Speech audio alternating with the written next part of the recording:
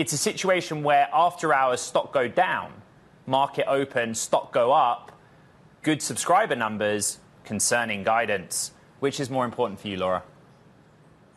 I think the subscriber number is in focus in both periods. So they over-delivered. They added 8 million subscribers. That was about twice the consensus. But then they had a very anemic subscriber growth number for the third quarter, and they talked about a tougher second half. So the answer is subscribers matter a lot, but subscribers like overall. And also the location of the subscribers is sort of suboptimal. Yeah. They're adding subscribers in the lowest ARPU, or what they call ARM, average revenue per user. And so that's actually, Wall Street doesn't like that either. And the biggest problem is they're going to stop giving us subscriber guidance and actually ARPU guidance in the first quarter of next year, and they just want to talk about revenue. And that's a really big problem because it's going to add volatility to the stock.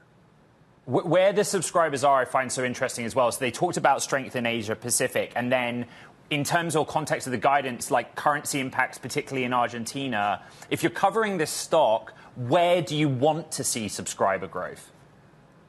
$16 ARPUs in America, you want to see them all there because it's like 2x. They pay twice as much in America compared to LATAM or APAC.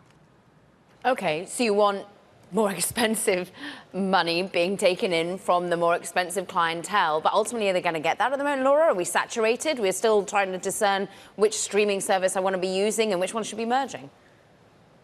Yep. Well, and I really like I think the reason their churn is falling, like in America, they're saturated, as you say, is live.